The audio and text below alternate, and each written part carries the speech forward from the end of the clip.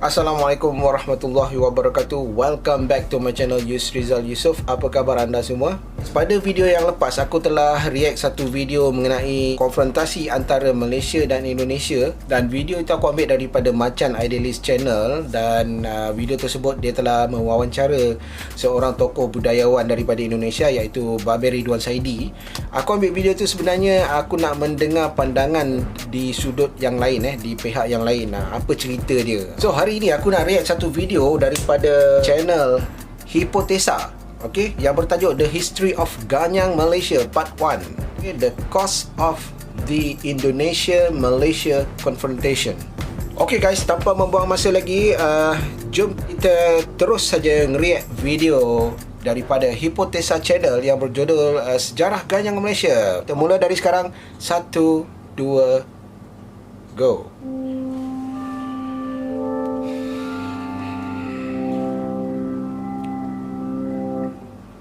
Pada 10 Maret 1965, gedung McDonald di Singapura diledakkan oleh bom. Gedung McDonald Ledakan ini menewaskan 3 dan melukai kurang lebih 30 orang. Tahun 65 Trauma guys. serta kebingungan tersebar di seluruh Singapura. Dalang di balik ledakan ini adalah 2 marinir Indonesia. Namun, aksi ini bukan semata-mata menargetkan Singapura, melainkan seluruh Malaysia, baik di Semenanjung hingga utara Kalimantan. Pesan Indonesia adalah satu, bahwa serangan-serangan serupa tidak akan berhenti sampai tujuan Indonesia tercapai, yakni kehancuran Federasi Malaysia. Belum genap 1 dekade Malaysia merdeka dan menyatukan Singapura, Sabah, dan Sarawak, diyakini harus melawan agresi Indonesia, negara yang sebelumnya dianggap sebagai saudaranya sendiri. Tentu, banyak faktor yang berkontribusi pada pertikaian Indonesia dan Malaysia. Video ini adalah bagian pertama dari 2 seri yang hendak menjelaskan mengapa ini part 1 guys. kedua bangsa serumpun ini dapat terjerumus dalam peperangan. Apa sebab dia?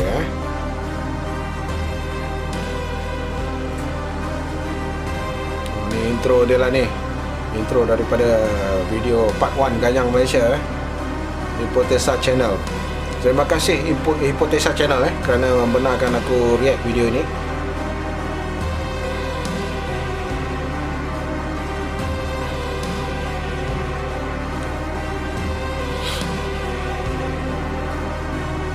Sukseskan Ganyang Ganyang Malaysia.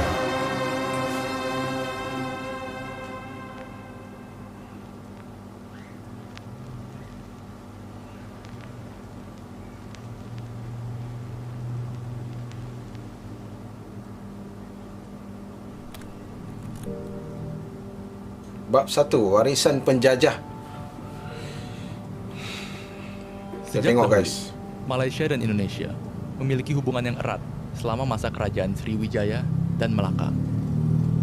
Tidak seperti di Eropa, kerajaan-kerajaan kuno tersebut tidak memiliki batas wilayah. Kekuasaan seorang raja diukur dari banyaknya pengikut, bukan luas wilayahnya. Akibatnya, terdapat interaksi yang kuat melalui pernikahan, perdagangan, dan imigrasi antara Semenanjung Malaya dan Sumatera. Lalu, penjajahan pun datang, dan dengannya, konsep akan perbatasan.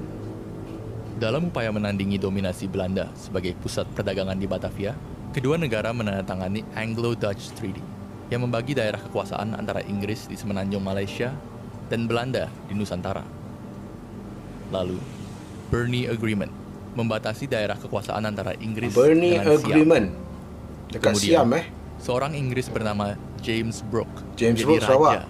di daerah yang kini bernama Sarawak. Dan Sabah Raja pada Sarawak. akhirnya dikuasai oleh perusahaan Inggris bernama North Borneo Chartered Company.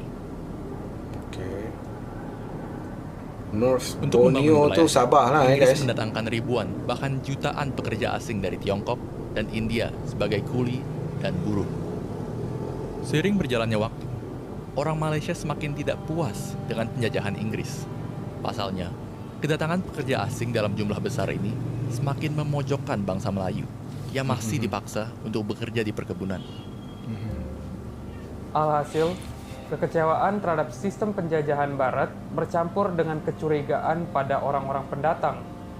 Mereka merasa bahwa pendatang lebih diuntungkan dalam penjajahan Inggris daripada orang asli Melayu. Bab 2. Saudara seperjuangan. Solidaritas antara orang Malaysia serta Indonesia pun semakin erat dengan bertumbuhnya ideologi serta aliran pemikiran anti penjajahan. Di Universitas Al-Azhar di Kairo serta Sultan Idris Training College di Malaysia, mahasiswa asal Indonesia MCKK. dan Malaysia kerap menjalin organisasi bersama. Beberapa bahkan mengagumi Soekarno dan berpartisipasi dalam revolusi Indonesia tahun 1945. Dari interaksi di universitas-universitas ini, ada pertukaran ide-ide yang menghendaki persatuan. Okey, stop. Ada Masa itu pelajar-pelajar daripada Indonesia, daripada Malaysia, di luar negara yang berada di luar negara, mereka ini saling berkongsi idea, berkongsi pandangan masing-masing. Yalah, bab 2 tadi tu tajuk dia apa? Seperjuangan Saudara seperjuangan. Mereka sering berkongsi pandangan masing-masing pelajar-pelajar Malaysia, Indonesia ni. Okey guys, kita teruskan. yang menghendaki persatuan atas dasar agama Islam, dan ada juga yang menggunakan sosialisme dan nasionalisme. Tokoh Malaysia seperti Ibrahim Yaakob, Ibrahim pendiri Yaakob. dari Kesatuan Muda Melayu, Yes. menginginkan tidak hanya kemerdekaan dari Inggris, namun juga menghendaki persatuan dengan Indonesia atas dasar nasionalisme serta kejayaan kerajaan kuno seperti Sriwijaya. Pada tanggal Sriwijaya, 12 Agustus 1945, Kekaisaran Jepang yang kala itu menjajah Indonesia dan Malaysia bahkan mempertemukan Ibrahim Yaakob dengan Soekarno. Dalam Ibrahim pertemuan Yaakob, singkat, Malaysia guys. mereka menyetujui bahwa sesuai dengan rapat BPUPKI, kemerdekaan yang diberikan oleh Jepang akan mencakup wilayah Indonesia beserta Malaya dan Borneo Utara. Itu janji Jepun Tetapi, impian ini kandas. Jepang menyerah pada sekutu. Seketika, terjadi vakum kekuasaan dan kekacauan di Nusantara. Jepun kena bom Hiroshima dan Nagasaki masa tu Lalu Jepun menyerah kalah dengan Amerika. Oh, ini proklamasi daripada Soekarno guys. Indonesia dengan ini menyatakan kemerdekaan Indonesia. Soekarno tetap berpegang pada janji kemerdekaan dari Jepang. Namun, kelompok pemuda mendorong Soekarno untuk memproklamasikan kemerdekaan secepat mungkin. Akibat dari proklamasi yang terburu-buru tersebut, Jepang tidak sempat mengatur persatuan antara kedua negara secara matang. Dan ketika proklamasi diumumkan pada 17 Agustus 1945, Malaysia tertinggal. Patut. Inggris tidak tinggal diam. Kesempatan ini digunakan olehnya ketika dia kembali ke Malaysia. Sementara Indonesia sedang sibuk melawan Belanda, Inggris memberikan tawaran kemerdekaan terhadap Malaysia. Dan inilah yang membuat hubungan Indonesia dengan Malaysia semakin Itulah memburuk. liciknya tentera Inggeris ni Inggeris lah British. Pada tahun 1946, terjadi revolusi sosial di Sumatera. Kaum nasionalis serta komunis Indonesia menyerbu berbagai kesultanan di Sumatera Timur. Keluarga serta pendukung Kesultanan Langkat, Serdang, Asahan, dan Indragiri Dibunuh. ditangkap bahkan dibunuh sebagai upaya untuk memberangus sisa-sisa feodalisme di Indonesia. Menghapuskan kesultanannya Bagi sistem Malaysia, guys. yang menganggap kesultanan tersebut sebagai sesama kaum Melayu, nasib serupa dapat menimpa mereka apabila bersatu dengan Indonesia. Yang dikhawatiri guys Malaysia yang anti-komunis percaya bahwa bersatu dengan Indonesia sama saja dengan menghancurkan budaya Melayu di Malaysia. Berbeda dengan Indonesia, Inggris memberikan tawaran yang lebih menarik, yakni Inggris tidak akan menghapus Kesultanan Melayu di Malaysia. Home rule for Malaya is discussed in London between Federation leaders and the British government. Setelah berdebat panjang antara Inggris dan United Malay National Organization atau UMNO, kemerdekaan Malaysia disetujui pada tanggal 31 Agustus 1957 sebagai negara federal. for the celebrations marking the independence of the Federation of Malaya, which will spotlight Malaya as the Bagus, world's video ni, newest guys, independent country. Sir Donald McGillivray, last of the British High Commissioners, arrives at King's House to sign the new agreement. He is accompanied by His Highness Tuanku Abdul Rahman, the newly elected first paramount ruler. Ini tidak cukup bagi Tunku Abdul Rahman, Perdana Menteri pertama Malaysia, guys. Pasalnya, ia ingin memastikan bahwa etnis Tionghoa dan India semakin menjadi minoritas di dalam Malaysia. Untuk mencapai hal tersebut, Tunku Abdul Rahman berupaya untuk menyatukan Singapura, Sarawak, dan Sabah.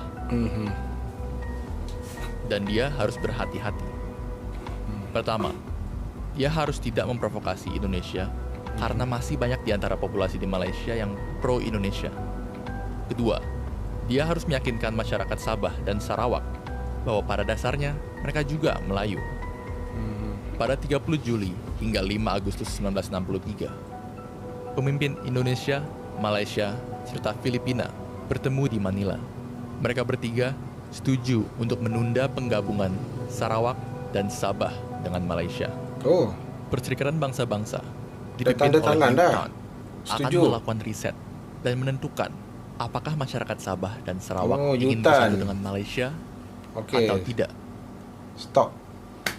Yutan yang pergi survey untuk tanya kepada rakyat di Sabah dan Sarawak lah. Okey, kita teruskan. Indonesia, Malaysia, dan Filipina juga setuju untuk tidak melibatkan militer asing dalam proses ini.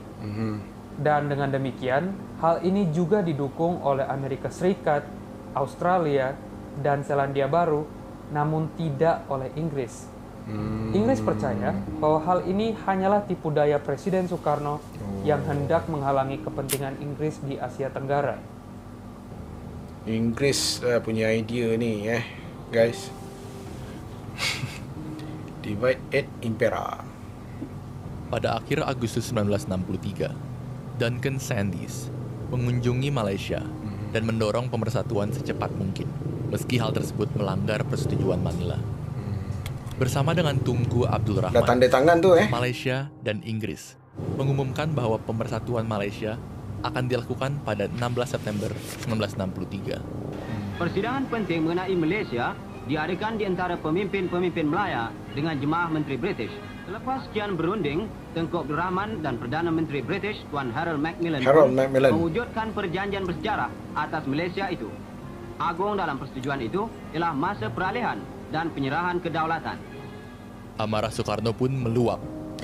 Pengumuman yang disampaikan secara tiba-tiba tanpa persetujuan dengannya Pak Karno dah marah, sebagai bukti bahwa Malaysia tidak lebih dari boneka penjajahan yang lebih patuh pada dorongan Inggris. Bapak Soekarno dah marah, sebab dia melanggar perjanjian tu, Yang kami anti-i iaitu Malaysia, pimpinan Inggris, pimpinan imperialis Inggris yang mendurhakai menerangi menjala Tunku Abdul Rahman antek daripada imperialis.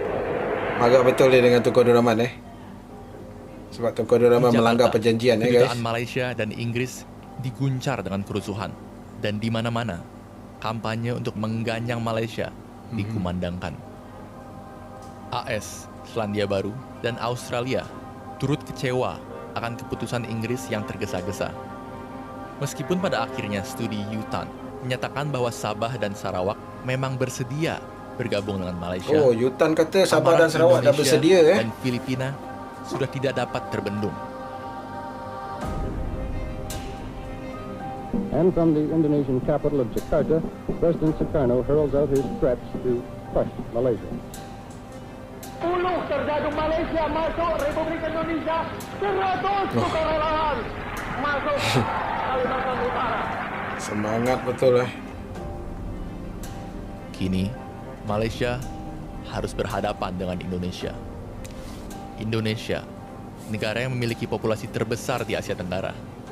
Angkatan bersenjatanya sudah ditempa di Sulawesi, Sumatera, dan Papua.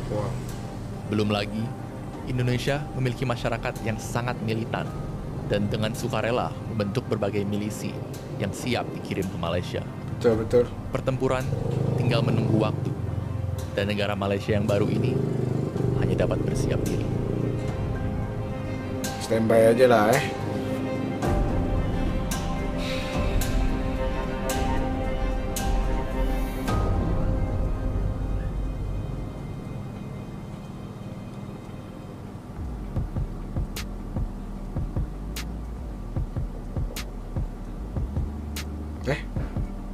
Habis Oh, habis.